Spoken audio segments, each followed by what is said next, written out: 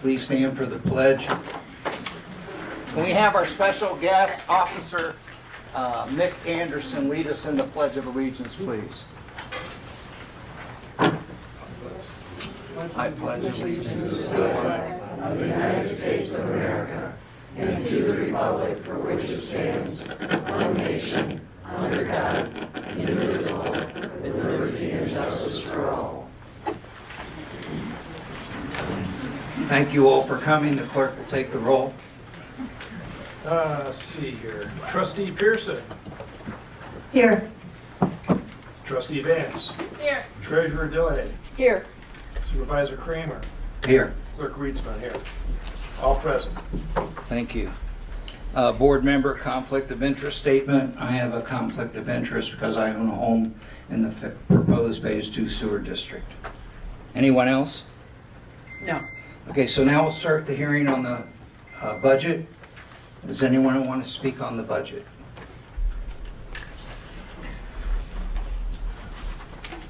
Okay. Public hearing is closed. Let's start the public hearing on the Commercial Rehabilitation District. Step right up.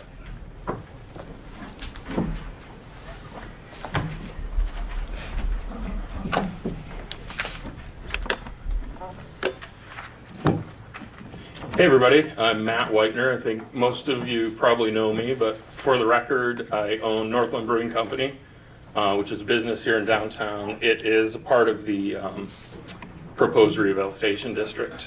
I also sit on the DDA and I'm the vice president of the chamber.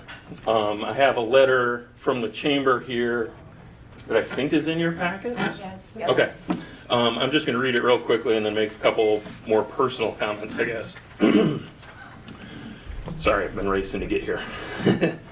Dear Tuscarora Township Board of Trustees, Tuscarora Township Supervisor Bob Kramer recently attended a regular monthly meeting of the Indian River Chamber of Commerce Board of Directors and made a presentation on behalf of the Tuscarora Township Board regarding the recently proposed redevelopment district.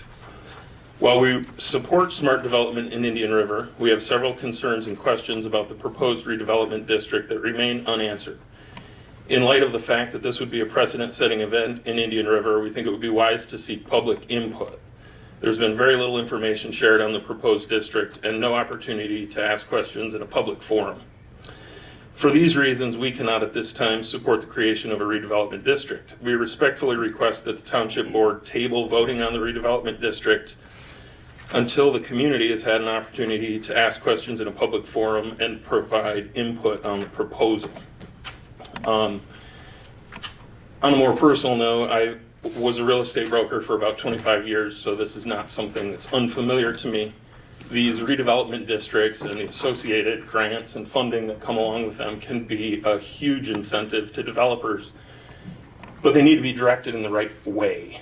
And what we're seeing here has no direction. So while I think it's a good first step, I would really, really urge the board to hold off until we can develop some criteria. I know that members of the board have told me that that's not possible. I get some conflicting information on that. I think there are ways that it can be done, and at the very least for the board to make a commitment towards the direction that they want to take this thing in. So I think it could be a really good idea, but I think it needs to be molded into a more focused approach. Thank you. Thank you, Matt. Public comment? Public hearing?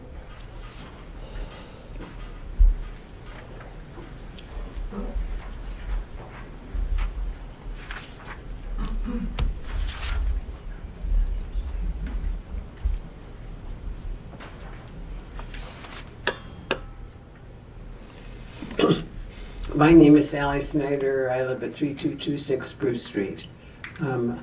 I was privileged to attend on, I'm not quite sure what it's called, but an EDC meeting, whatever the new committee of the township is, and heard the discussion, and one of the members of that group said, why would we do the town or the business district-wide district when we have no experience at all and that we don't know what we're doing?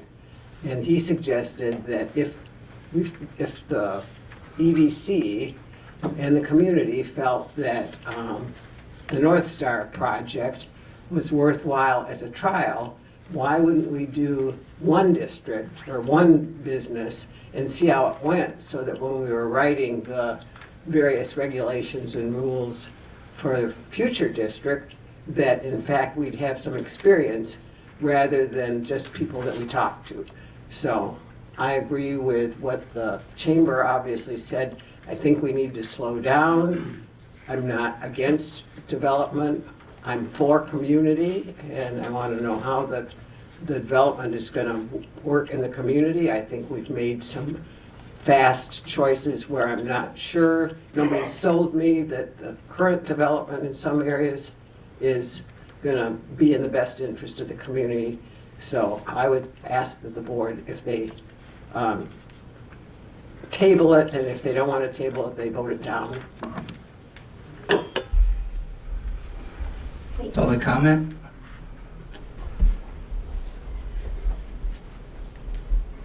Okay, we'll close the hearing. Thank you all. Public comment on agenda items, anyone? Okay, public comment is closed. Approval of consent agenda. Is there a motion to approve the consent agenda? I'll make that motion.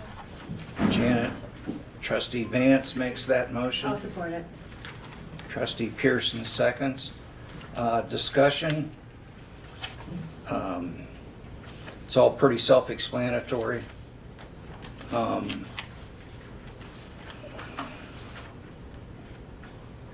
One thing I did want to point out in the budget amendments, I know you caught it, but I want to make sure you understand it.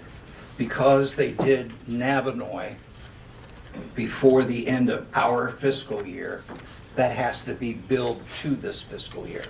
So when we do get a bill, it's going to go into that pot, and that's why I made that adjustment. And we won't get the majority of that money back until December taxes. Correct. So all in favor? Aye. Opposed?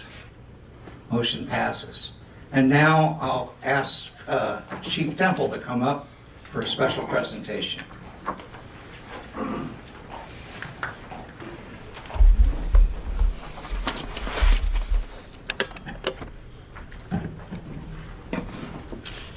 Thank you. It's an honor and a privilege to be able to hand out this award tonight. Police officers, we get called in and assist in all sorts of medical calls. It's usually a joint effort. It's part of our job is to help preserve and save life.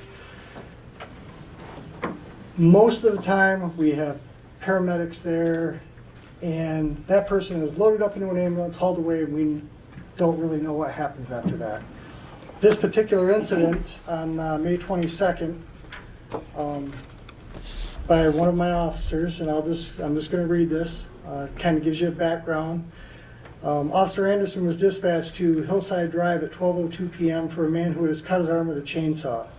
The man was an employee for View Tree Service and was in a bucket truck using a pole chainsaw, which is a chainsaw on the very end of a pole.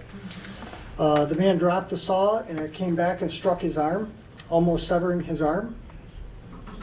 Officer Anderson met the man at the Township Green Docks and immediately recognized the man was going to bleed out. Officer Anderson quickly applied a tourniquet and used his quick clot, which is something that the officers usually carry in their vest in case they have to give themselves self-aid. The man's arm was still bleeding profusely, so Officer Anderson applied a second tourniquet to help control the bleeding. Sheboygan Life Support arrived on scene and immediately transported the man to McLaren Hospital, where he was taken into emergency surgery. Later that afternoon, McLaren Hospital called, advised me that Officer Anderson had applied 2 tourniquets and they were applied properly, and that his actions probably saved the man's life. They further advised that they believe that they will be able to save the man's arm, which was fantastic.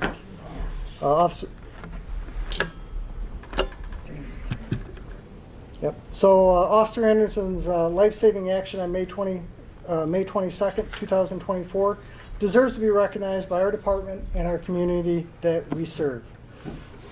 Officer Anderson? There you go. It is an honor and a privilege to give you your life-saving 10.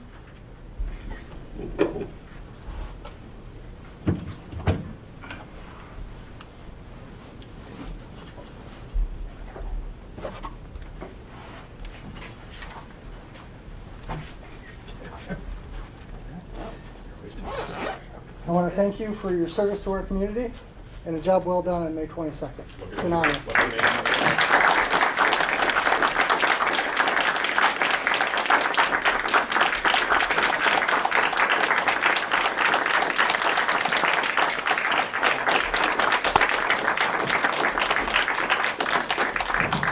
Introduce your family. Thank you.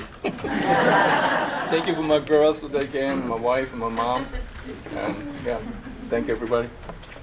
Thank you.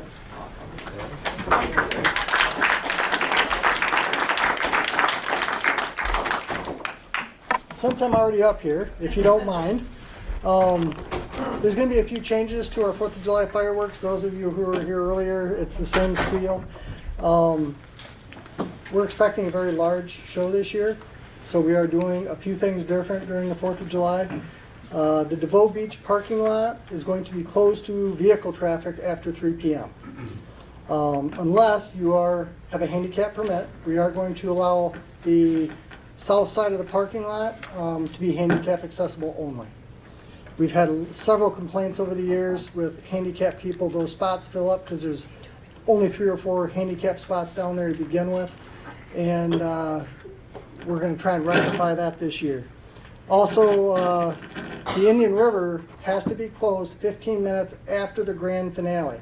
That's a cool down period for the fireworks. We've had problems in the past couple of years where everybody just rushes to the mouth of that river. So we're going to have some signage out there. We're trying to get the information out. We have to wait 15 minutes after the grand finale to allow boats to go back up the river. Last year we had major issues with parking. We're going to be hitting that pretty hard this year. So be very conscientious as to where you're parking. If you're parked in no parking zone, your vehicle's probably going to be towed away. Reason being for that is we have to keep DeVoe Beach, a path all the way down to DeVoe Beach, wide open where large fire trucks and ambulances can get in and get out in case of an emergency. Other than that, that's it. Thank you. Thank you. Thank you, Chief. Judge, welcome. All right, thank you. Thank you for coming. Sure, I like to come around, try to do it once a year to give you an update on what's going on with your circuit court. So of course, I'm your circuit judge in Sheboygan County, and it also covers Presqu'île. And I just want to touch on 4 quick things and answer any questions that the board might have. One is we made some big changes to our friend of the court office in the last year. We have a new friend of the court referee. The referee that we'd had for a number of years retired. So we brought aboard a guy, his name is, how about this for a referee, a lawyer named Kyle Legal. That's a good name for a lawyer, right? He's out of Gaylord, and he services several northern Michigan counties. So we have a contract with him. He comes 2 days per month, and he does hearings on child support enforcement and child custody and parenting time disputes. And that helps people resolve those without getting on the court docket, which might take a little longer to get to. Now, anybody who doesn't like what happens in the referee can go in front of the judge, but we're not seeing that happen a lot. I think that's because our referee is treating people fairly, and they don't feel like they'd get any better shake in front of the judge, so they just go with what happened there. We also have a new director of our friend of the court office, Kyle Ortiz. He's an Indian River guy, and he was practicing law and family law primarily out of Petoskey, and we stole him back, and he's doing a great job. He's been there a little less than a year, but he's doing a great job bringing some good energy into that office. And we made some major changes to our parenting time schedule. And this is, When parents can't agree, we kind of have a standard schedule for exchanging the kid. Well, we were hearing from families and from lawyers that we weren't taking into account things like child development. And a 13-month-old needs to see both parents more frequently than, say, a 13-year-old. And we were treating them all the same. And so we've got now the ages of the children matter in terms of the exchanges. And also we have different schedules based on how close the parents live to one another and how frequently they have to call the police when they're exchanging. So if they live within a half an hour and they don't have to call the police when they're trading the children, we're going to have them exchange a lot. So we're hearing good things from the families that we've implemented these for, that it helps them co-parent better. And also then our case filings. Usually we would get about 175 to 180 new felony cases a year in Sheboygan County. A couple years ago we hit like 210, which was a record high. We looked back 10 years and we couldn't find any that had more than that. Well, the last 2 years we've had about 250. So there's been a really big increase in the felony cases in Sheboygan County, coupled with we were trying to dig ourselves out of that hole that COVID caused to jury trials. Well, the good news is we're well out of that hole, but we're just busier than we ever were. So we still have a little bit of a delay in giving people a jury trial date if they want. But we're only about 6 months behind if somebody wants a jury trial. We'd like to get better than that, but we're making some significant progress there. But we are still seeing an increase in the felony files.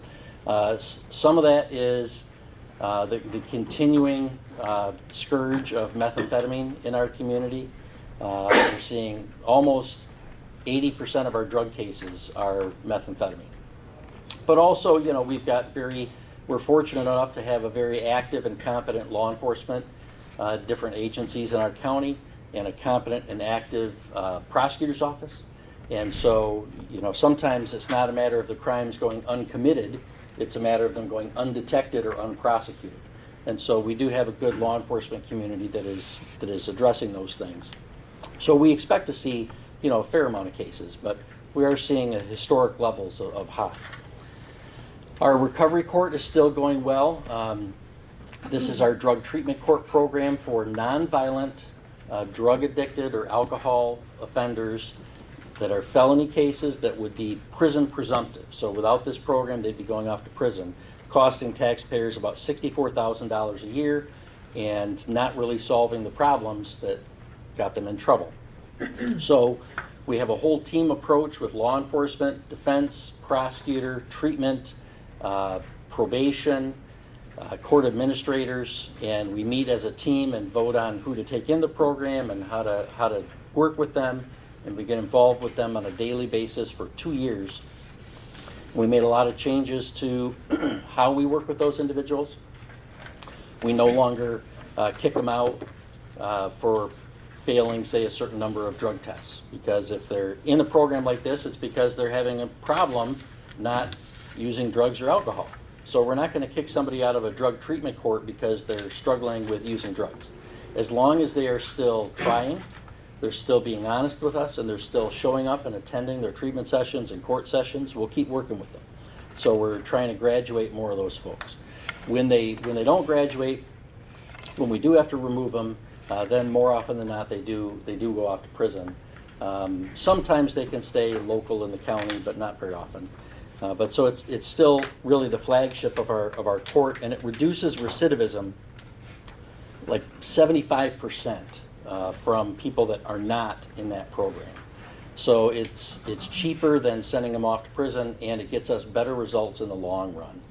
Very few drug cases are going to result in, say, a 20-year prison sentence, right? And they shouldn't. So they're going to result in a 2-year prison sentence, and then 2 years later the person will be back, and they're still going to go right back home, and they're still going to be right back in the problem. So if we can spend 2 years really engaged with them and help them turn that corner, we're all going to be better off, not just that offender, but the whole community. So, and our program coordinator, her name is Nicole Pulowski, and the state of Michigan gives out these Hero of Treatment Court awards. They give out 5 per year for the whole state, and last year she got one of those Hero awards because she just does a great job dealing with a very difficult population. And then the only other thing I wanted to mention was we're continuing our effort at public accountability and transparency for the courts. Part of that is coming around and telling you what we're doing. And part of it is still continuing our live stream access to our criminal and civil docket on YouTube. So you can check that out. It's at Judge Aaron J. Gauthier on YouTube. Since we started that at the beginning of COVID, we've had over 1.25 million views of our court hearings. And we've had over 150,000 views this year. And it's not just, counting the clicks, it's educating the public about what actually happens in the courts. And if you do watch, you probably noticed we changed the video feed this year. We finally got inside the box and we're able to hack some of the camera feeds so that now you get a better experience of viewing what's going on in the court. We're still working on some enhancements for that. But what that let us do is no longer show the jury box. So now we have actually been able to stream a couple jury trials. Now we're not going to stream, say, a child molestation trial. That would just be too invasive for that young victim. But we've been able to stream, I think, an animal cruelty trial. The animals didn't mind so much, and the resisting or fleeing from the police. So we put those things on.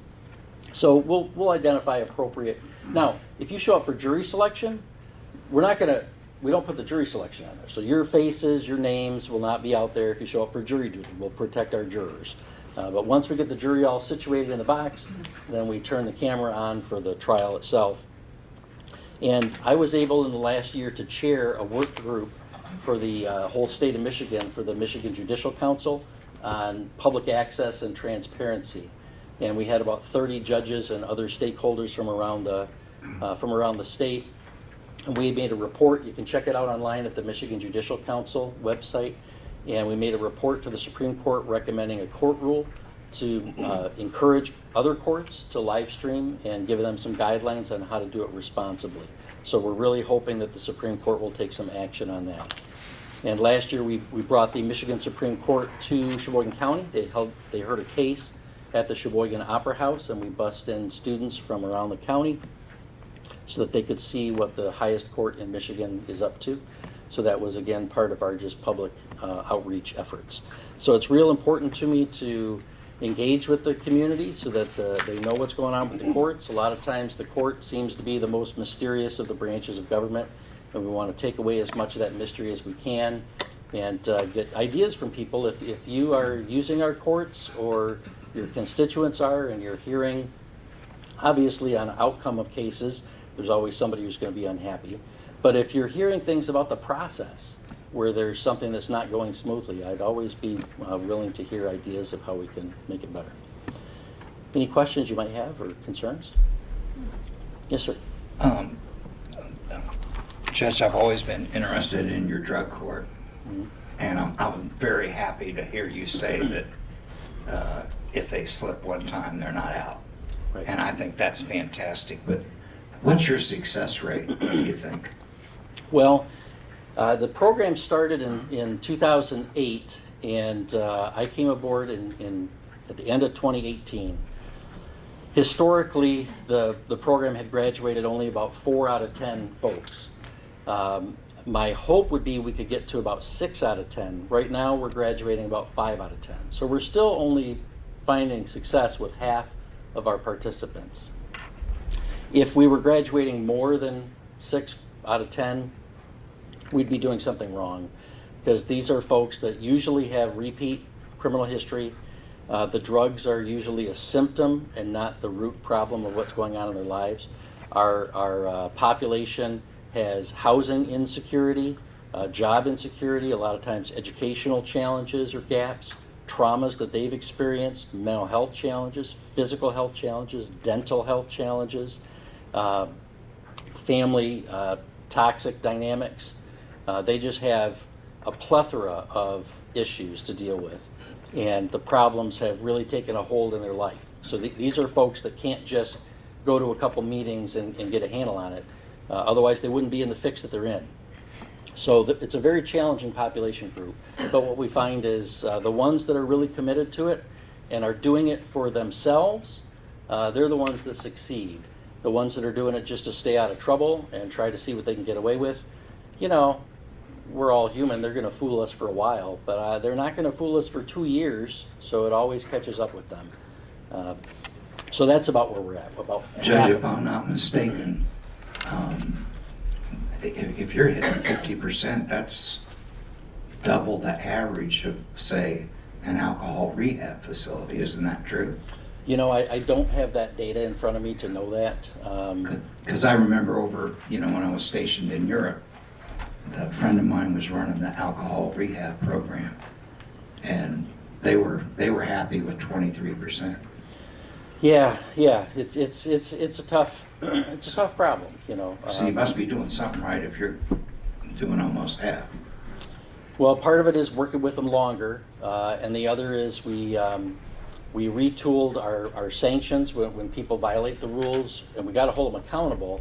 But we've changed it up where we're not giving them jail as the punishment. We're making them go to extra meetings, do extra treatment, do community service out in the community. Sometimes they got to spend a day with me at court, which is not very fun. Sometimes we make them write some papers, or we make them do a whole bunch of other things. So we've kind of reshifted our focus. If the whole reason for the program is that locking up addicts doesn't solve the problem, well, we don't want to lock them up for violating the rules either within the program. So we do use jail, but only when we kind of have to, when they've forced our hand and there's not much else to do. So we've seen some good results from that. Judge, my last question is, you said your number one issue with the felonies was meth. Yes. What about cocaine? I thought that was making a... Yeah, we are seeing some cocaine cases, to be sure, yeah. And we're not seeing a lot of fentanyl cases right now, but I'm hearing from our law enforcement partners that they are seeing more of that coming in our community as well. Methamphetamine still is the number one drug that we're seeing. And what's your number two felony, if you had to pick one? That's really tough. I haven't pulled that data, so I would just be guessing. I would say, sadly, the cases that take up the longest time on the docket and that we see far too many of every year is child molestation cases. That happens much more frequently than people would like to think about. Okay. Any other questions? Okay, thank you very much. Can you take any questions from Well, the audience? that's up to you. Anybody have a Yeah. question for the judge? Okay, Okay. Judge, thank you very much for coming. Okay, thank you. Appreciate it. See you next year. Okay, Commercial Rehabilitation District is next on the agenda. In your packet is some explanation and the NLEA recommended resolution, along with the list of the properties and some information from MEDC. Is there a motion before we start the discussion? I'll make the motion. Trustee Vance makes the motion to approve the resolution. Yes. Is there a second? I'll support that. Support by the treasurer, Janice Dillahay. Discussion. I just have a few comments. We hired a consultant who's been doing a great job for us. She's come in here several times, but we first started talking about this at our December 14th meeting. That was more than 6 months ago. We talked about it again on January 2nd. We talked about it again in a joint DDA meeting where we had a training class. We talked about it in 2 other meetings since then. And just for the record, our Economic Development Citizens Task Force unanimously recommended to this board approval of this action. I do want to tell you that when you talked in regards to criteria, the criteria that really meets the rubber of the road is the MEDC application itself. I mean, I thought some of these government programs were hard to apply for. The MEDC application, I mean, their underwriters, as you can imagine. No local criteria. Please don't interrupt. It is extremely high. And when you talk to Boyne City, they have criteria for their industrial, but they don't even recommend that we have criteria for local. I don't know that I agree with that, but they claim in their district downtown, not their industrial district, that everything, every application is different. And some have more needs than others. So what does the community need? What, you know, how much does this person have in funding? But the majority of the due diligence on the financial side, as our instructor told us, is being done by MEDC. If the board wants to have local criteria, she recommended that we do that before we accept applications. I don't know if that makes sense, but that's what she's recommending. Is there any other discussion? Well, yeah, my thoughts on this, as I said before, is that you really need a pilot, because you can't even come up with a criteria without actually trying something out first, rather than create the district across the whole river to river and whatever else the other boundaries are, east to west. And again, I think when I had spoken with the Boyne City, a representative of the Boyne City committees there as well, who said, take it slow. So I think we ought to do it. I'm not afraid to do it, but I think it ought to be a pilot so that you can get the criteria and find out if it versus industrial versus commercial. So when we get an application, if assuming that we pass this, if we get an application, and assuming the county goes along, if someone submits a full application approved by MEDC, we have 60 days to act. That doesn't mean that just because they apply, they get a tax abatement. It doesn't work that way. Tax abatement is solely at the discretion of the board. They can have 0, 1 year, 5 year, 10 year, 2 years, 1 year with a renewal period, 5 years with a renewal period. So I think that there's a lot of room, and that MEDC money, they just got some additional funding. But in regards to discussions, this has been going on for 6 months. I went over to the chamber, told them that they could call me and I'd come over and come back and talk to them at any time. And I didn't even get a letter today until 3 o'clock in the afternoon. And I spoke with them over 2 months ago. So I would say 6 months is plenty of time. That doesn't mean that we're going to hand out tax abatements, because I know of no one other than North Star that has applied to the MEDC.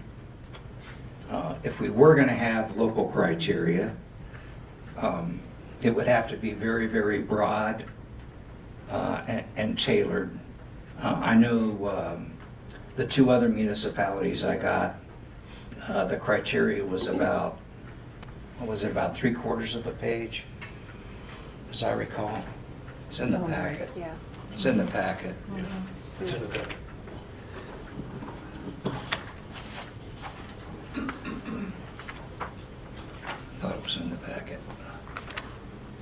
No, I didn't put it in the packet. I apologize. There's a city of Boyne City in here for their Oh, okay. qualifications. Yeah, okay. Yeah, there it is. And of course, And city of Charleroi also. as we go down the road, we certainly will, I would advise the board that if we do get an application, that's when we need to bring in the NLEA expert to consult with us and lead us down the path, because they've done this before. Again, I'll restate, based on the letter from the chamber, I read that between the lines to simply say they're not interested. That's in fine. creating this district. Okay. And we should create a district that gives Jakeway the ability to get his pilot in place and then have people follow what goes on and to say where we go from there. Well, I just don't want to end up having to do all the paperwork twice. It's $600 every time we send out a bunch of notices. I understand. And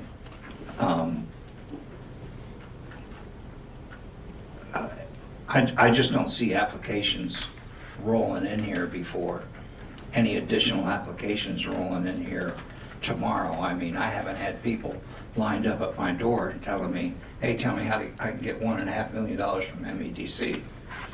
I mean, it's a long process. I think it took, what did Mr. Jakeway say? I don't want to misquote him, but been working on that with MEDC for about a year. Yeah. Was it about a year?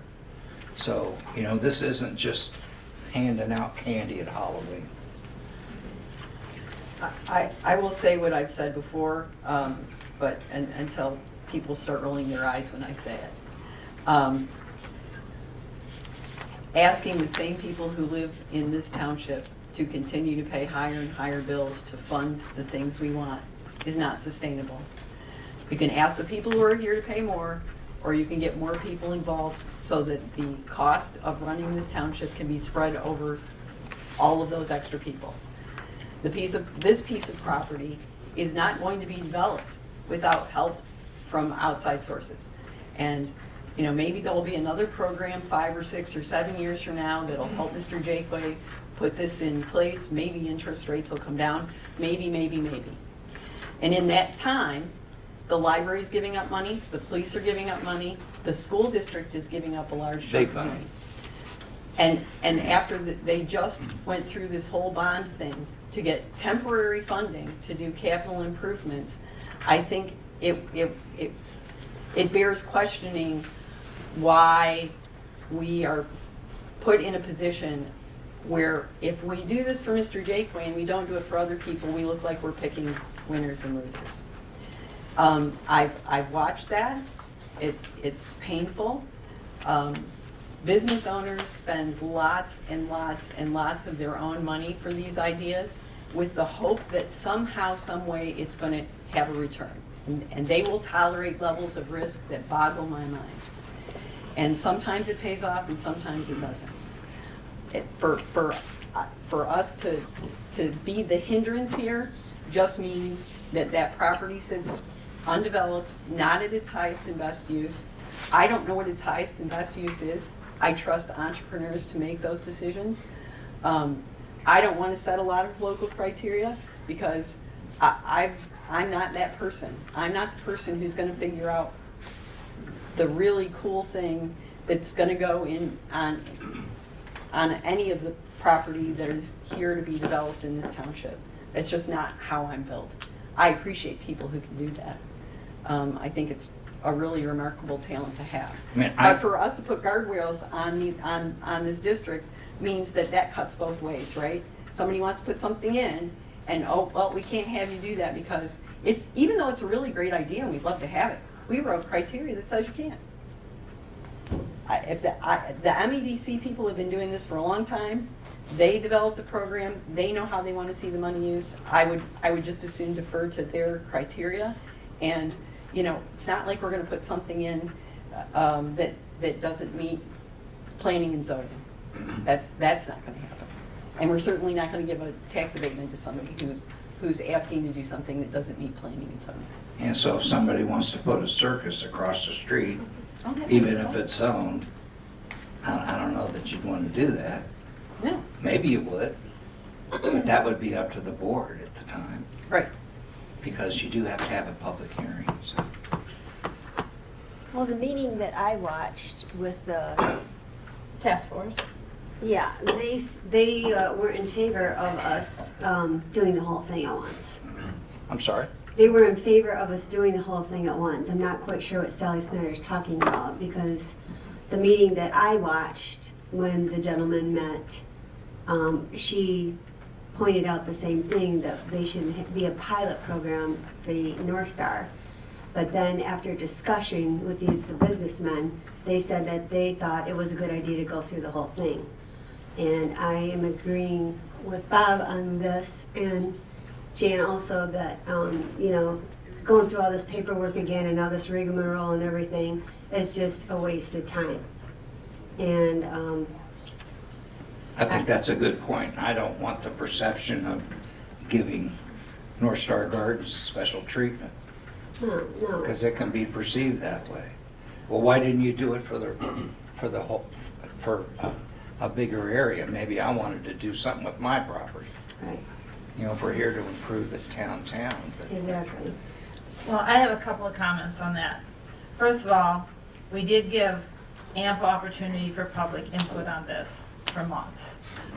This has been on the radar, and we have talked about, we've had meetings with Mr. Jakeway and his representative here, and they gave quite an extensive talk about what the criteria would be for MEDC. MEDC is not going to hand out any money to anybody unless we create a district first. That's the bottom line. They have to have the district before they will move forward. We're just creating an area that people that already have businesses or want to invest in a business can actually apply for loans and grants through the MEDC in that area. And we have taken away one of the hoops that they have to jump through in order to apply for that loan or grant if we create this district. Yes, we can create a smaller district, and then we have to keep creating another district, another district, another district as applications come in. But then, if we do it as one large district, we would eliminate those hoops. Another thing is the Sheboygan downtown area would not have been renovated without making it a rehab, economic rehab district, because that whole downtown was rehabbed a few years back with MEDC money. And what they did was they created that district, and then those small businesses and large businesses were allowed to apply for money to redo their businesses, expand their businesses, whatever they had to do. Plus they got money to improve the downtown area itself on top of that. And so they saw the value of creating a larger district to create more opportunity for businesses. Just because you create the opportunity doesn't mean everybody's going to jump on the bandwagon, doesn't mean that the township board at whatever time those applications come through is even going to approve that project. They can say, nope, not interested, nope, not going to approve that, because there has to be township input on that as well. There has to either be a tax abatement, a sewer abatement, other type of amenities that the township invests in that business to make that grant happen for them. And if the township is not willing to do that investment, the grant does not go forward.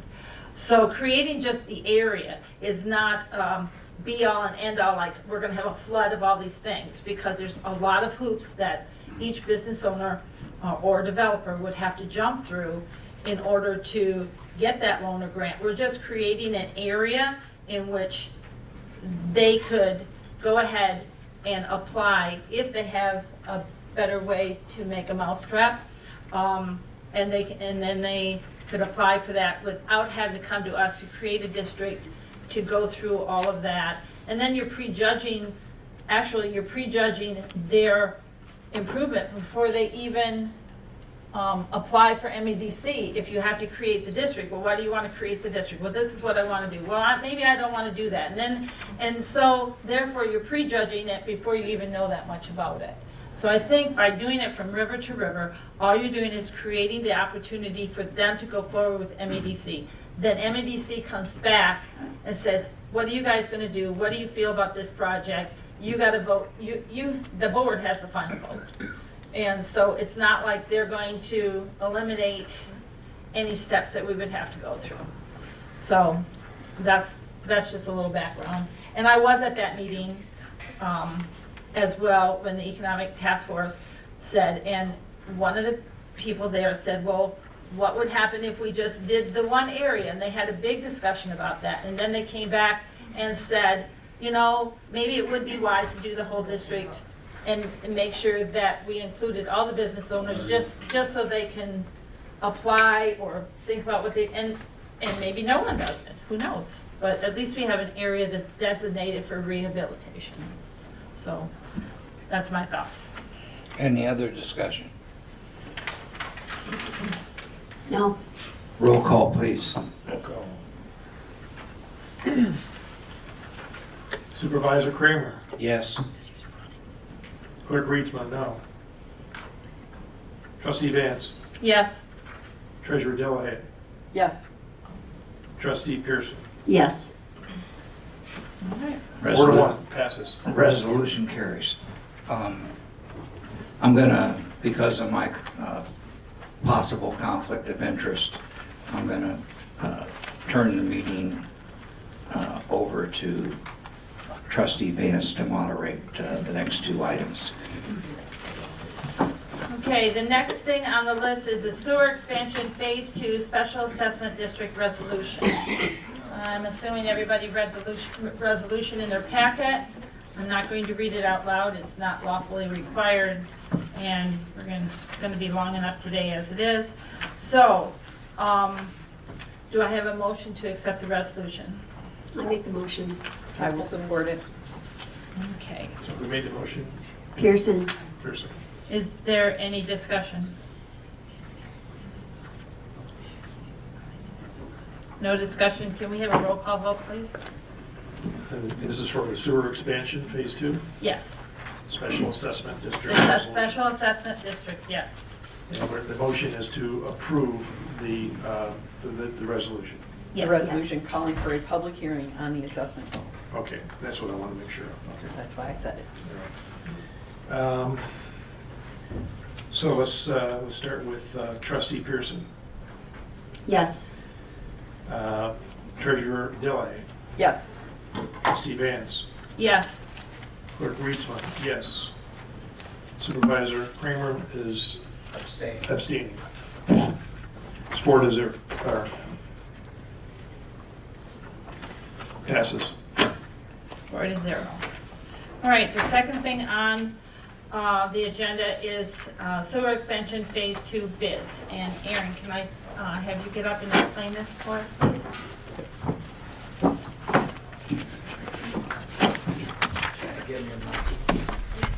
Here. Thank you.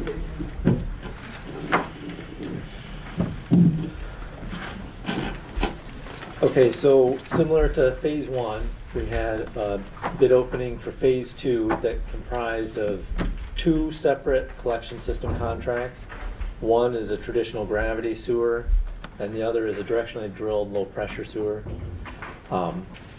The wastewater treatment plant part of phase 2 was already bid as a package with phase 1, so that cost was already known. When we received bids, we had the same low bidder, Walton Contracting, for both the gravity and the low pressure sewer. Their bid for the gravity is $2,918,956, and for the low pressure sewer, is $1,171,815. Both these were very close to the estimate that was out. They were within, let's see, the gravity was under estimate, and the low pressure sewer is about 5% over estimate. So when we roll this back into the known cost on the phase 2 wastewater plant, you put it all together with contingency, engineering, legal fees, and administrative costs, the project totals $6.95 million, which you have already loan obligations available to you from USDA and an EPA grant in the amount of $3.5 million. So it brings what would be a per customer assessment cost to just under $18,000 at $17,698 For phase 2 special assessment for cost? phase 2 special assessment cost. So at the end of the day, both the phase 1 and the phase 2 assessments are within $1,000 of each other, which is really great news. I mean, this was one of the goals the township set in 2019, was to, try to have these somewhat equalized in the neighborhoods. So I'm very happy with the way this turned out. Walton Contracting doesn't have a lot of history with us, so we did do a little further digging on the references and check them out. There's all positive responses. The guys within the organization are more experienced. Walton has been around for about 6 years, but they are kind of split off from another organization, so they have a lot more experience. They have the resources to do it. They have the bonding capacity. The references were positive. So we are recommending to move forward with the low bids on these. And we've prepared the recommendation to the township that would be contingent on all the funding approvals that are required from EPA and USDA. Any questions for Aaron? Thank you, Aaron. So I'm looking for a motion to approve the award recommendation. Let me make the motion, Janet. Okay, I wrote something down. Move to approve the award recommendations for the 3 phase 2 bids, all contingent upon funding availability. As just mentioned, gravity contract, Walton Contracting, $2,919,956. Low pressure system contract, Walton Contracting at $1,171,815. And the wastewater treatment plant expansion contract with Grand Traverse Contractors at $1,723,784, phase 2. That becomes the total of, for the wastewater treatment plant, of $4,025,365, as previously reported, with the change order 1 continued on the contract approval, which has occurred, and as supplied the board packets. That's the motion. I will support it. I think we should have a voice vote on this, please. Just a second here. Let's see, Janet Vance, Yes. Kim Pearson, Yes. Jay Reedsma, yes. Jan Dilley, Yes. 4-0, 1 abstention. Thank you very much. Thank you, Bob, Janet. it's your show. Thank you, Janet. You're welcome. Next is the budget. I'd like to indulge the board for just a minute before we go right to it. Before we approve this General Appropriations Act, I would like to make a motion to make a slight change in the budget that we previously approved.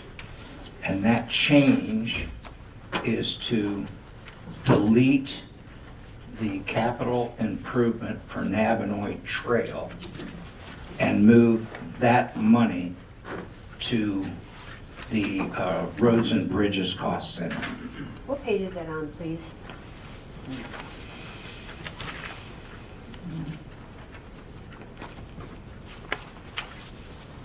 It is on, okay, So it's Department 901, which is on page 7 of the general fund budget.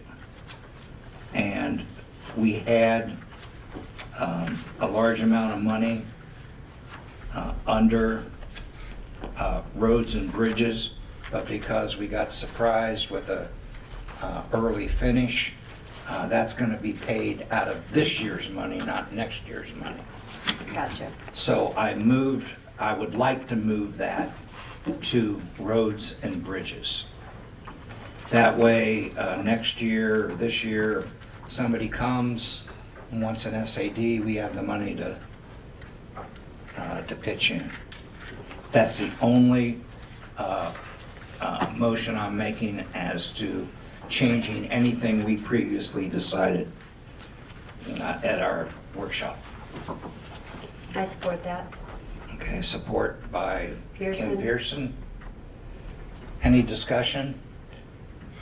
Yeah, I'm trying to understand, are we changing the overall budget, or are we just moving money within the budget?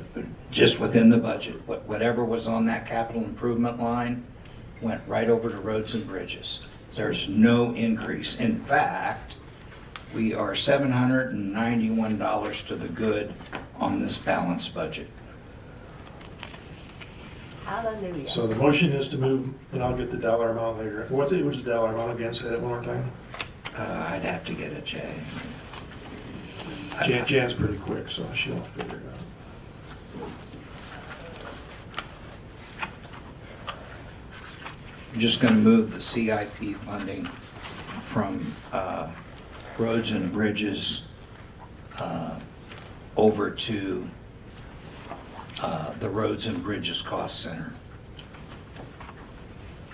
Because the CIP has already been completed and funded this year.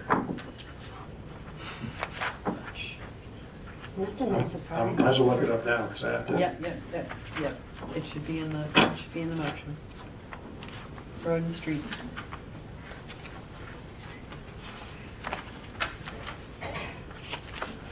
Chris, you remember?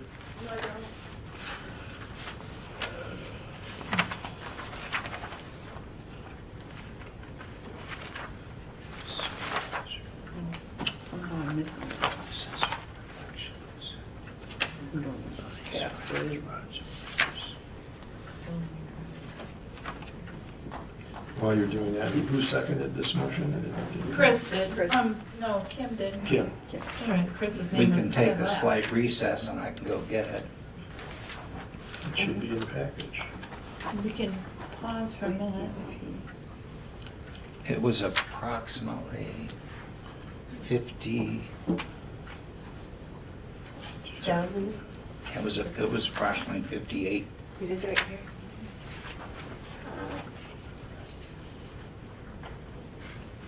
No. No. Excuse me. It's got to be in the back. It's gotta be in the back. Yeah, it was approximately 58.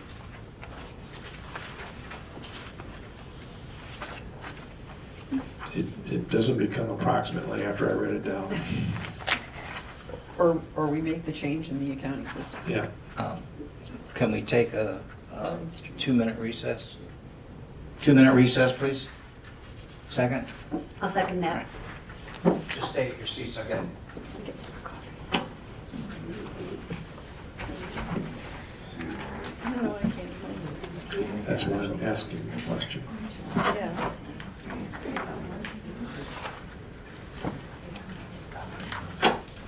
Sewer CIP.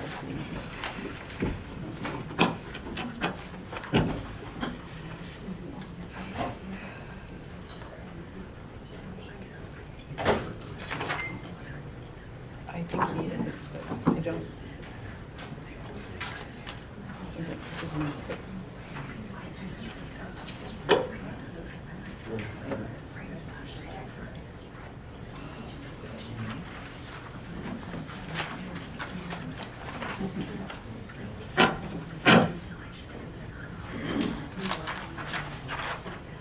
Did we run the report for the CIP? Because we don't have any numbers.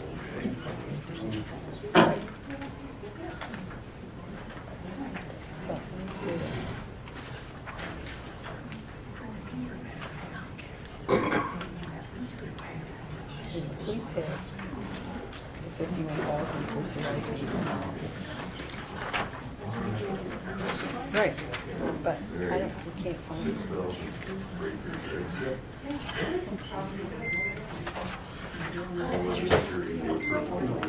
You got the cemetery CIP. So is he talking about this? No. But I don't know, this is all CIP. But I mean, is he talking about, there's nothing on that one. From where? Okay. Right, but from where? Never mind. Okay, we're back in session. It's $55,608. And where is that in the budget now? I moved the $55,608 to roads and bridges. Yes, but from where? From right here, CIP. So the CIP has a bunch of pieces. No, but this is old. Yep. This is new. When we passed it, we had $55,608 here for Navinoy. Under roads and bridges. Right. And, oh, I see what you're saying. Right, so instead of, Instead of putting in the And CIP for instead- next year, we're gonna put it in roads and bridges this year. cost center, and But that's two different budgets. no, it's a general fund budget. It's a different cost center. CIP. I'm sorry. I thought I heard you say we're taking it out of next year's CIP budget for roads and bridges and putting it in this year's. No, no, we already put the money in during the budget adjustment earlier this evening. Okay, now I'm clear. Sorry. Thanks. I'm not a whiz. So just. That's fine. Now that you're clear. Sometimes I'm not either. So I can write it down. So we took $55,608 from CIP roads and bridges and put it in the regular roads and bridges cost center. Okay, got it. If we're not gonna do the CIP next year, we already did it this year. Now it makes sense. Yeah, that's the problem when you have a fiscal year ends in the middle of the year. Okay. Any other I discussion? want to get it right and want to get it publicly right. Thank you, so- Jay. Go No, ahead. I have no discussion. Okay, Jay, can you read the motion again, please? Yeah, I'm going to try. The motion is to move $55,608 from the CIP Roads and Bridges account to the Roads and Bridges Cost Center in the general fund. general fund, yeah. For the fiscal year ending 6/30/2025, if you don't mind, Yeah. just for clarity. Fiscal year ending 2025. Yep. So that was, motion was made by Kramer, Kim seconded, and now we're going to vote on it. Do we need to have a roll call, or are we going to? No, I think it's fine. All in favor? Aye. Opposed? No, 0. Okay, General Appropriations Act resolution. Is there a motion to approve?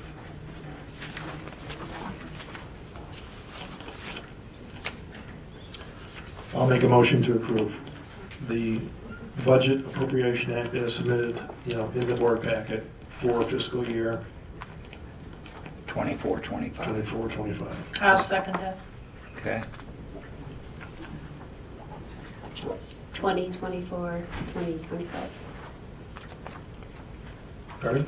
I said 2024, 2025. Yes. Okay. Roll call. Reed's my yes. Vance. Yes. Kim Pearson. Yes. Bob Kramer. Yes. Jan Dillahane. Yes. That's 5 yeas. You made the motion, Jay? Yes. And seconded by Kim? No, Janet. Janet Vance. Dance. Okay. Thank you all. Next is the 6-year capital improvement plan.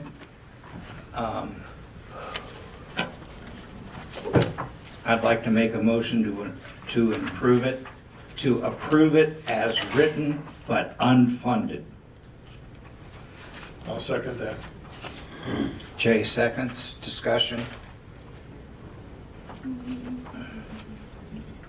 The reason I think we ought to wait on some of this is until we get our reimbursements from EPA, USDA. Good idea. We got a county parks bathroom grant, and that's ongoing, so that's not affected. So that would be the only one not affected.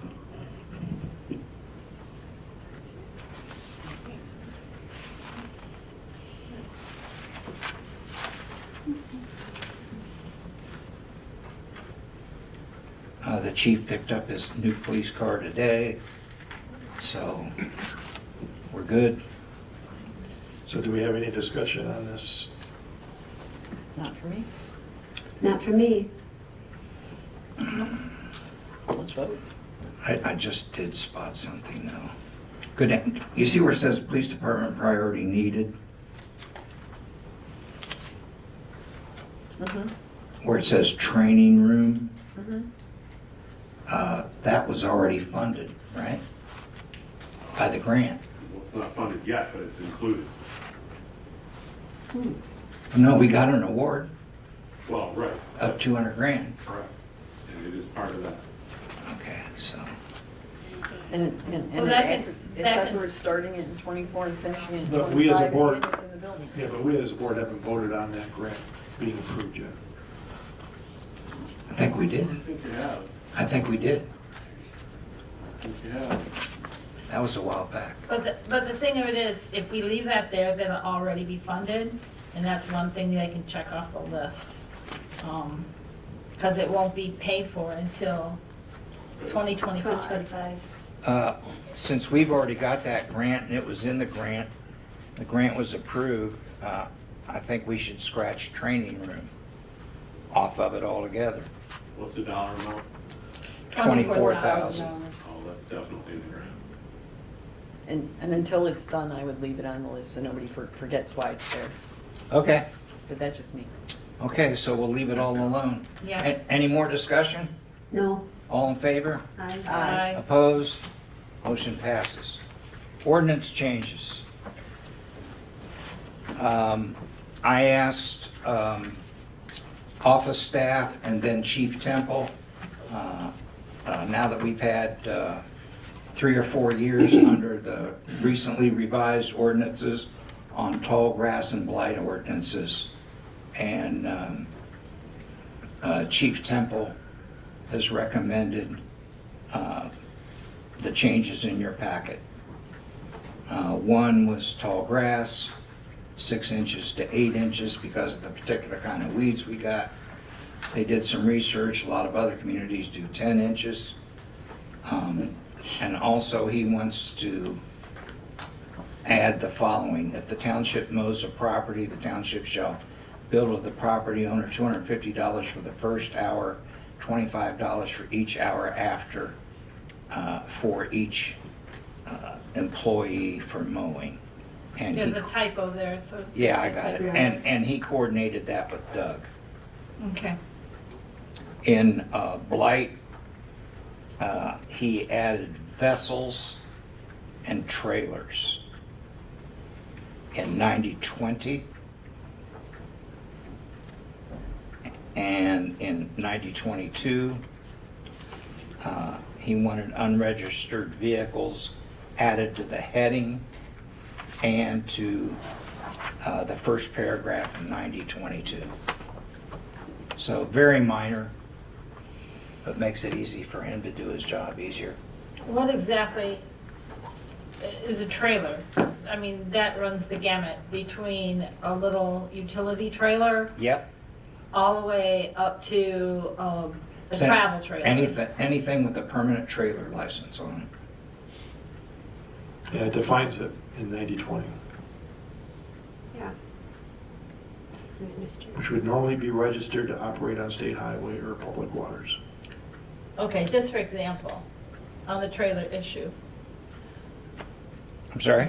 just for an example on the trailer issue for discussion, we have at our farm, that's what we call it, 2 or 3 utility trailers never go on the road, never go on it. We use them around the farm to collect leaves, to haul out wood or stumps or something like that that we've cleared to go put out in our burn pile. But they never go on the road, ever. But it says normally be registered to operate on state. How would you know what would be normally? Well, that does Because have you're not lights. using it on a public road. It has lights, it has, Well, ours has got lights on it, but that doesn't mean we put them on the road. In the last 30 years I've lived there, we've never put one on the road. all this is they're capable of being put on the road. It doesn't say you would put them on the road. But if it's capable of being put on the road, does that mean we're going to get cited for blight because we have a farm trailer? That's what I'm asking. I mean, I think it's a little broad. I think you're going to run into trouble there. I didn't write it. I know, but I'm just saying, I think if we pass it, I think we're gonna run into trouble there because there's a lot of people that have little trailers that don't go on the road. Or if they put it on the road, then they have a permanent plate that they will put on it temporarily, just to put on the road for a day, and then they take it off. I mean, there's a lot of that around here, and I think that would get us into trouble unless we're more specific about if it's capable to be on the road. Most trailers are capable of being put on the road, but whether you do it or not, that's a whole different issue. And I think that would get us into some trouble with the people, because I would fight that. I mean, I've got 2 or 3 trailers in the back of behind the big barn. They're different sizes for different purposes. I use them around Would you there all the consider time. that farm equipment? I could, but then someone else could say it's a trailer, which it is a trailer. So then I'm going to court to try and figure that out, and so it's all But you would objectionable. not normally register that to operate on it.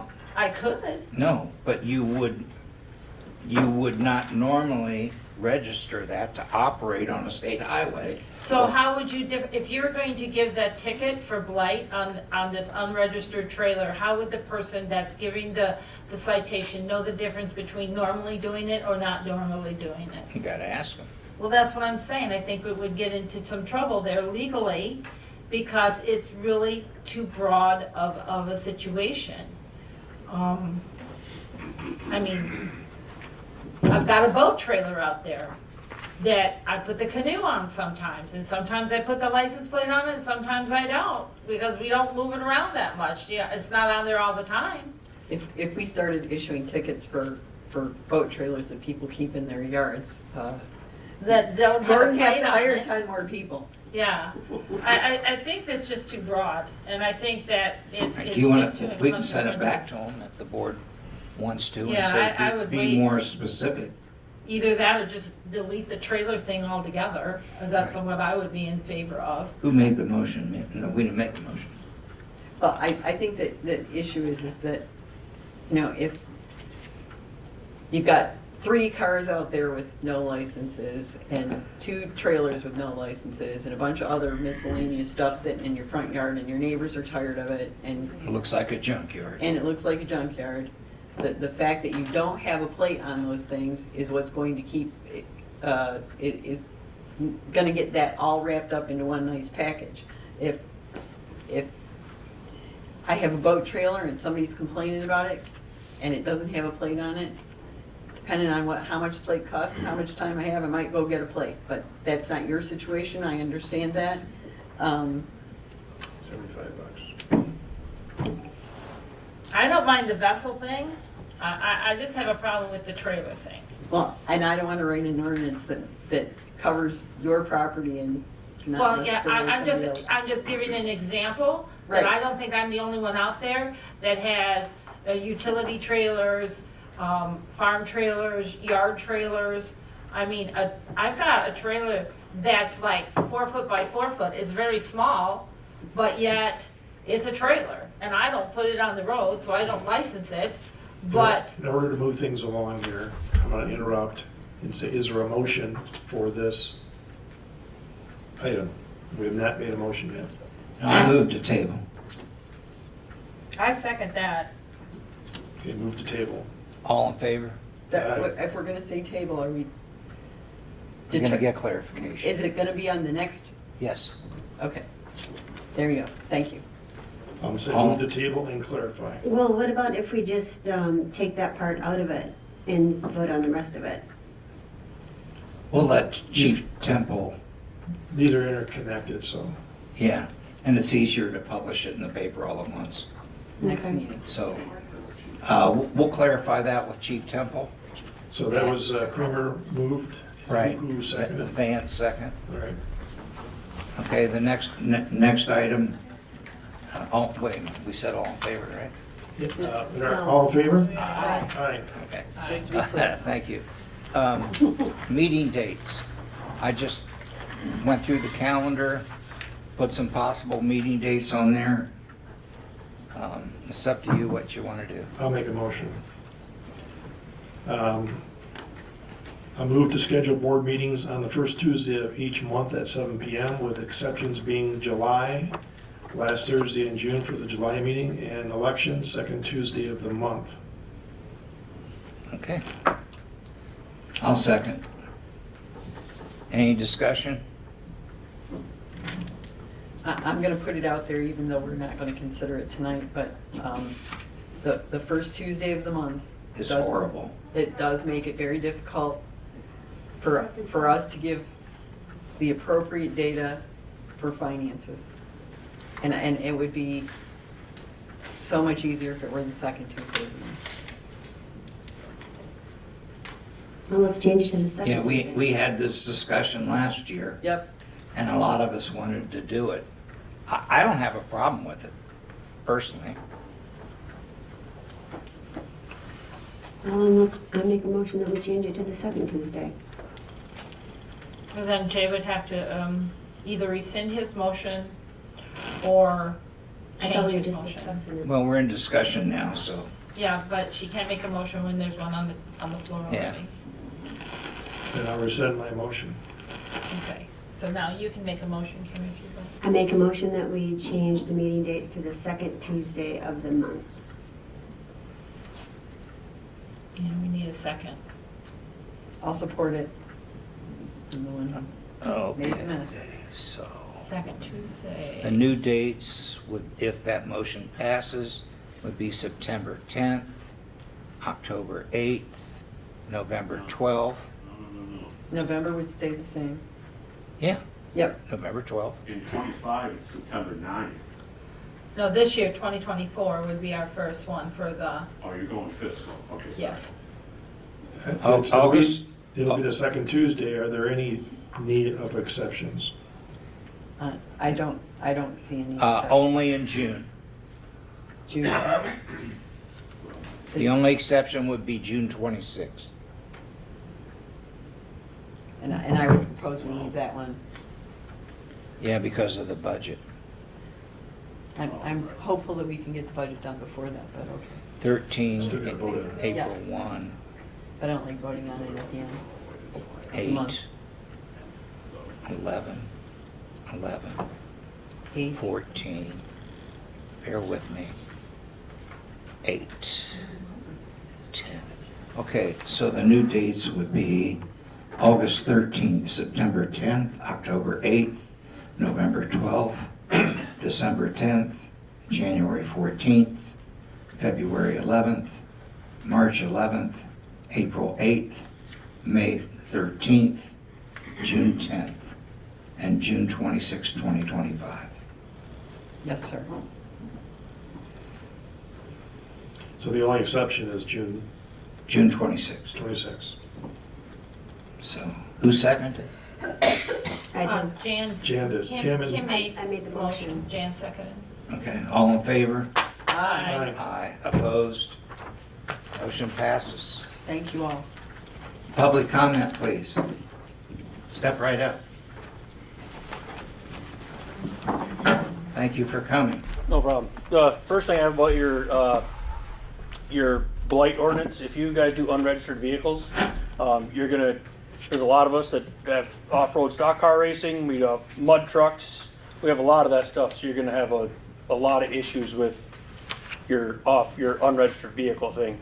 That's a horrible idea. There's a lot of people that have a lot of racing type, off-road type vehicles around here. Secondly, the chamber was against, which you guys already passed, it doesn't matter, but the chamber was against your redevelopment district because we just wanted some clarification on just minor stuff. Say the business that you're gonna do has to have like 5 jobs or just something. Like we just didn't want the broad, we didn't want our stamp of approval on just, we're gonna do this for Mr. Jakeway, whoever he is, just one guy. We're doing this whole thing for one guy right now. We just wanted clarification on what was gonna be the rules to it, or there's gotta be some way you can just, which doesn't matter now, you already passed it, you do what you want, it seems like around here, but that was our motion. Just wanted clarification. We weren't against doing it, we just wanted like boundaries for it, which I know there's boundaries you can be put on those things. Yeah. Could I get your name? Jim Dubois, I own the Napa store. Okay, I also do it. How do you spell your last name? Dubois. Dubois.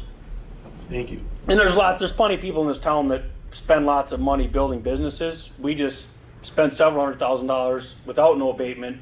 And if you have the money to buy a motel and to tear it down to build something else, you don't need a tax abatement. Pay your tax like everybody else does. Do it fair. I mean, I just don't agree with that. I didn't come asking for a handout. I just went to work 6 days a week and did it myself. And if they don't want to do that, well, I guess go someplace else. But you can, if you got the money to buy the places on the river and buy these other, you have the money to do the stuff.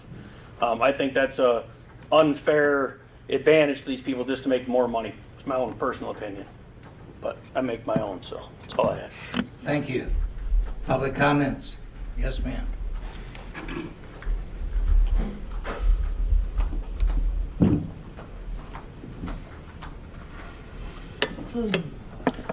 My name is Trudy Maves. My comment is, perhaps Jan can help answer these. The bank accounts have not been reconciled, and they've not been reconciled since 2022.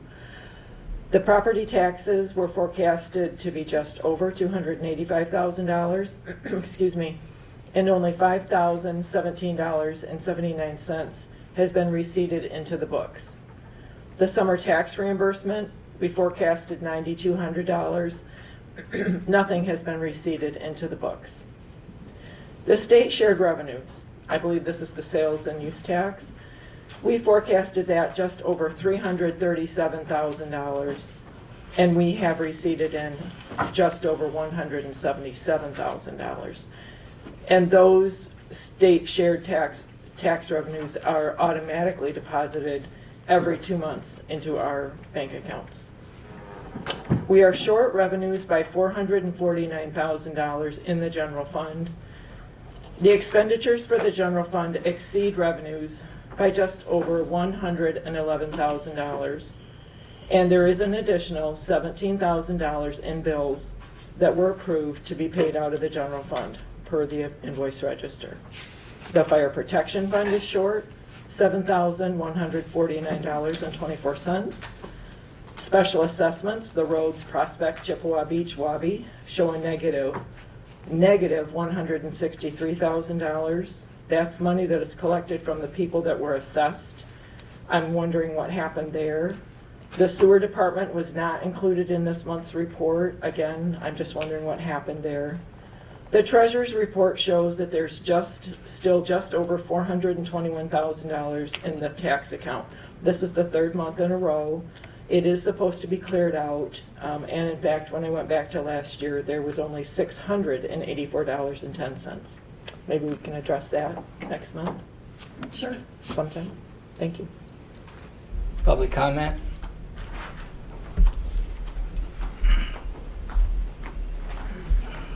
So I'd like to speak to the message being sent from this community, consciously or unconsciously. We just had a gentleman at this microphone that said, go somewhere else. He really said that. I recognize and respect Mr. Whitener's opinion as a business owner and his prior real estate experience, which is similar to my own, but I can't understand the concern, to wit, what is the downside? We're saving the township money, we're minimizing costs, and we're preventing duplication. Then we have a very troubling 501c4 campaign ad that states, and I quote, "Continue the good fight to stop the takeover of Tuscarora Township by outsiders." That's a quote. And it's despicable. It is insulting. It is personally insulting. Now we have a letter from the chamber delivered 3 hours before this meeting that basically says, closed for business, and outsiders not welcome. Really? Is this really the message we want to be sending? Public comment. Any more public comment? Okay, public comment is closed. Board comment.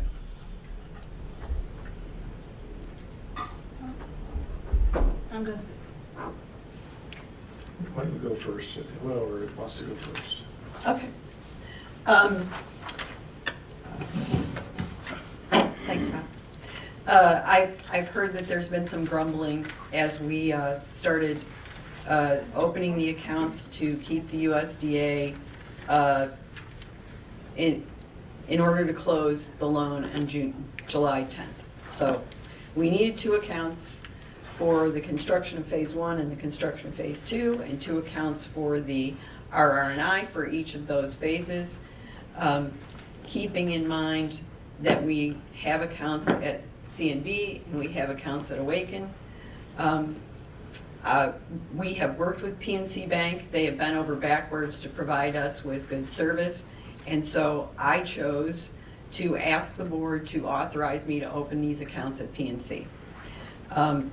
That gives, if you're investing money, one of the things that you'll hear early on and frequently is diversification. We have 3 banks in town. We're already doing business with 2. I learned from my time working for a law firm that having banking relationships is an important thing as an ongoing concern, and you can't wait until you need the bank to develop those relationships. So, and then the last item in that regard is in 2020, under concentrations of credit risk, we had $1.9 million of unsecured funds in the bank.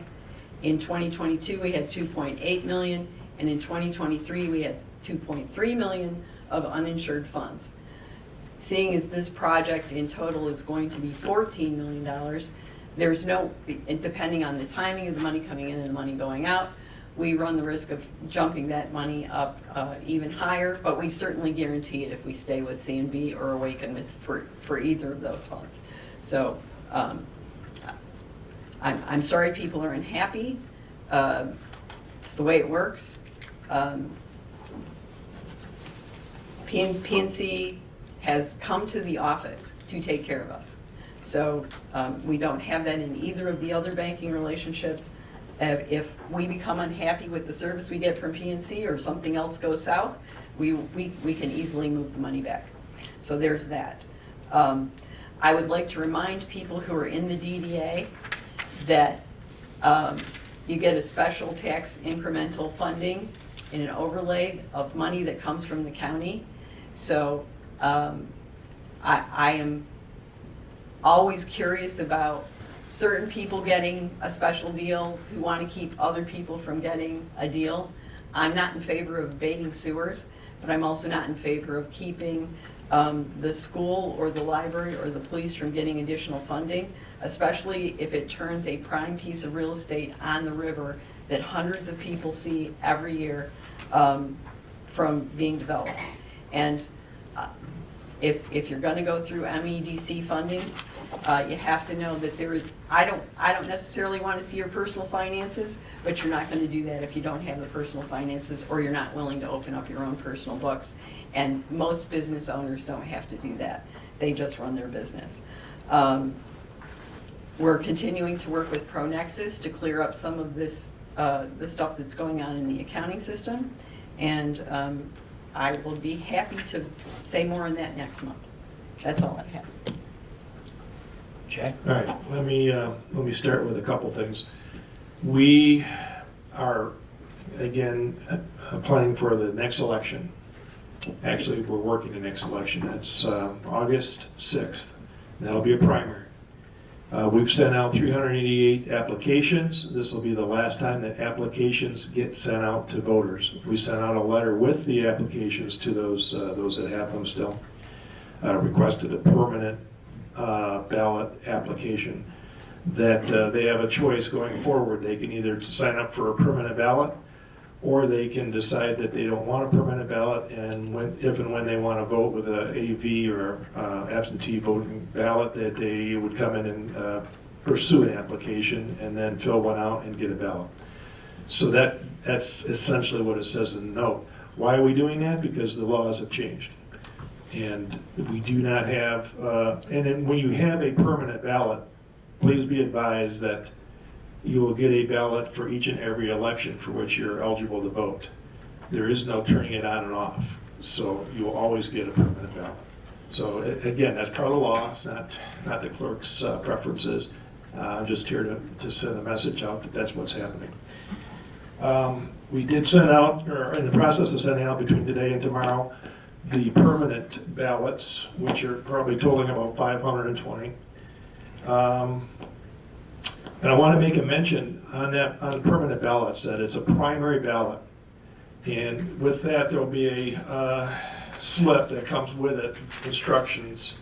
Please read this slip, and then this pertains to people voting on election day as well on August 6th. We're going to try and minimize and protect people's votes by getting them to read this. It's a partisan section. There's two party sections. You can only vote for one or the other. You cannot split your ticket on a primary ballot. So I'm just mentioning it here in the hopes that it reaches more people than saying nothing. It will be in the packet that you receive with an application. It'll be in the packet you receive with a permanent ballot. It'll be in the election in the precinct as well. We're just hoping people read that so we don't have to spoil the ballots. And if it's an absentee ballot, I'm not sure how we'll deal with that. We could maybe not be able to count it. So it just complicates things. And then the last thing I wanted to mention was, previous clerk brought up the fact that when you reach 3,000 votes, this is about a year ago, that you can then ask the board to create a resolution to add 2 more trustees. And what that did is kind of instill a little bit of, well, are we really at 3,000 plus? We were told we were at 3,008 plus 3 on that election day, 3,011.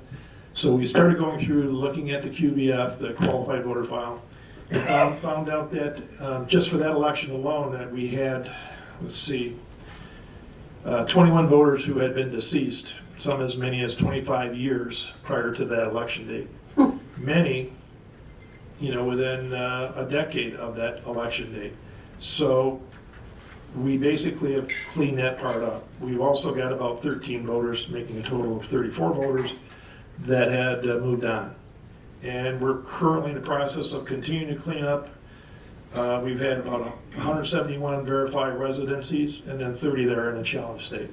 Now, what I'm discussing here is all part of the process that they lay out for you from the Bureau of Elections. This isn't something we're doing any differently than what they would propose. And we're using the systems to do that. I'm only mentioning it.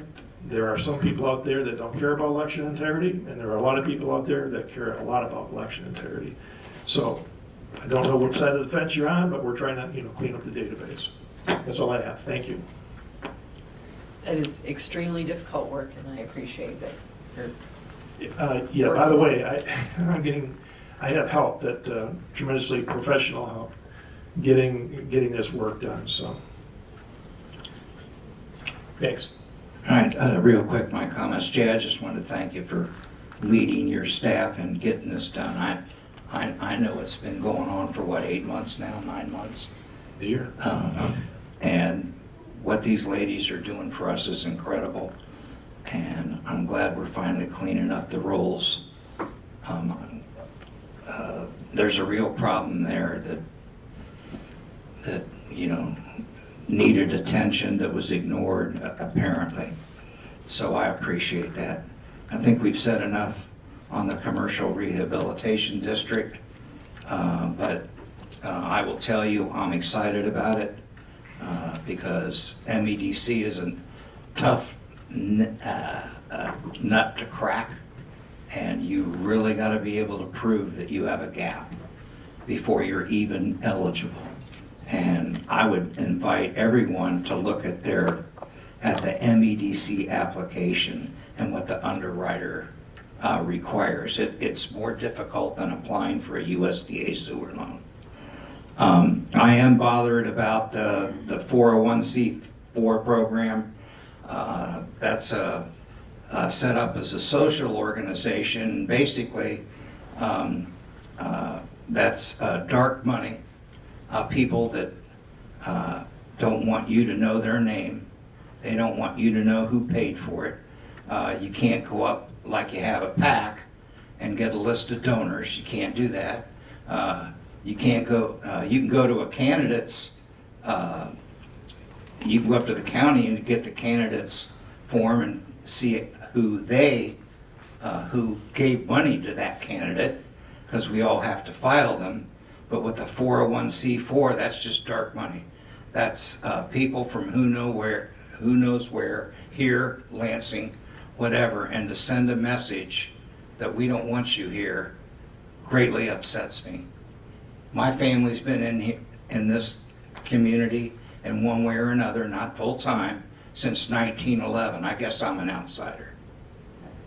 How many people weren't born here that love it here? I guess you're an outsider. So I hope candidates will get their supporters in line and knock off the "you're not welcome here," because that's what it's saying.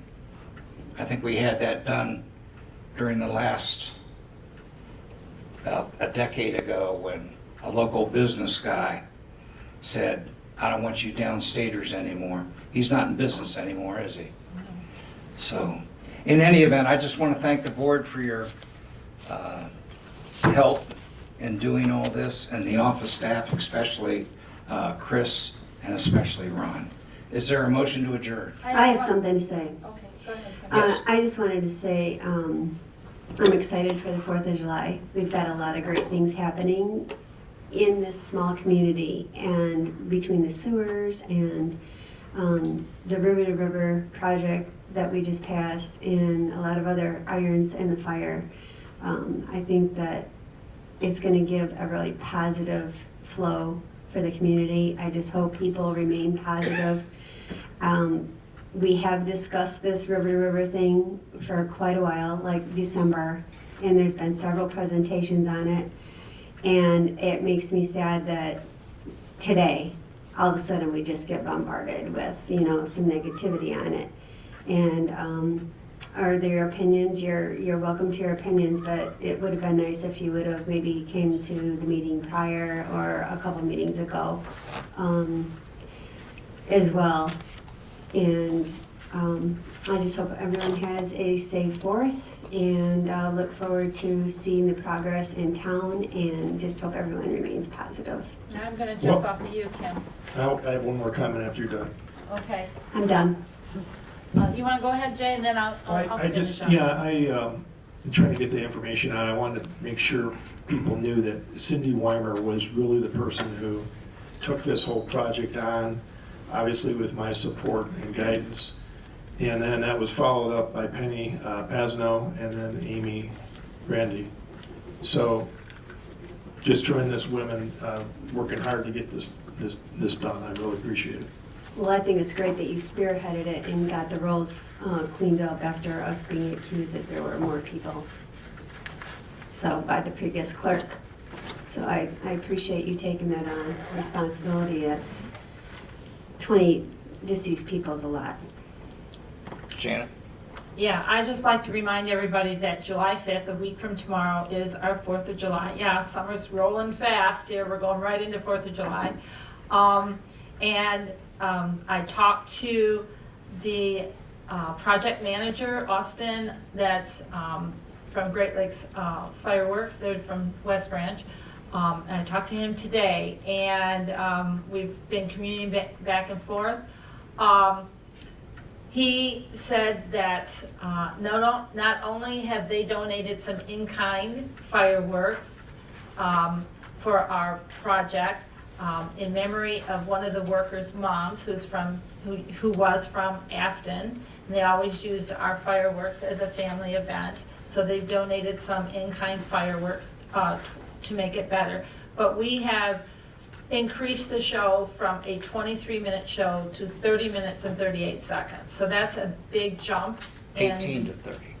Pardon me? 18 minutes. Okay, that's a big jump anyway from where we were. And we're having a DJ before the fireworks start for our community beach party. And that was a big hit last year. We have better speakers this year, so hopefully more people will be able to hear it around the community as well. And they're going to be playing patriotic music during the show. And I thought it just made it just more emotional, and I just love the patriotic music during it because it just, the booms and the music all kind of sync together. It was great. So everybody have a safe and happy summer, and we'll hope to see you all on the 5th of July. 4th is the community parade. The 5th is the fireworks rain date, just in case. July 7th, that would be Sunday, okay? So that's where we're going, but we're gonna hopefully we'll get it out on July 5th. And thanks to the chamber for taking the 4th of July parade. A motion to adjourn. I'll make the motion to adjourn. Second. Support? Yeah. Support. All in favor? Aye. Thank you, everybody. Thank you for coming.